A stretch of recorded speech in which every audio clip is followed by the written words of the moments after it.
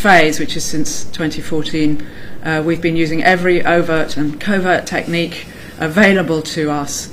But we've come to the view right now that there are no viable lines of inquiry. We've been working very closely with the Crown Prosecution Service, and people independent of the investigation have had a look to assure me there's nothing more can be done at the moment. It's a matter of huge regret to me that there are still people out there who were part of that horrible, horrible, racist murder of Stephen Lawrence. We've convicted, as you know, 2 people in 2012, but there are still people free. And if in the future new information comes to light or new technology allows us to go back and look at the investigation again, as we have done in the last few years, then of course we will take that opportunity. But in recent weeks I have met with Baroness Lawrence and Mr. Lawrence, both of whom were aware 2 years ago that we were on the last lines of inquiry, subject to any new information.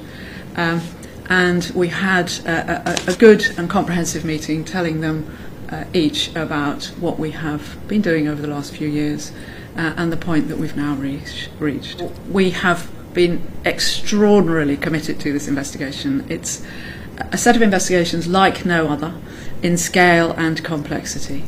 And I do regret that we have not got to the stage where all the people who were involved in that dreadful attack have been brought to justice.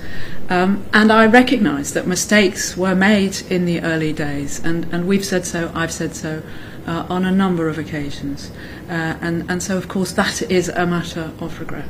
I am convinced that there are people who could be brought to justice. We have 2 people who've been convicted, and throughout all the investigations and indeed reviews by judges, including Sir William Macpherson, there has been an understanding that 4, 5 or 6 people were involved in this attack, were the murderers. So there are people who are still to be brought to justice. Everybody accepts that in 1993 some mistakes were made. Of course it was a different time, and how we can investigate now is very different from then. So in the last few years we've been using DNA 17, which wasn't available even when we brought people to justice in 2012. So things move on, but I and my predecessors absolutely accept that mistakes were made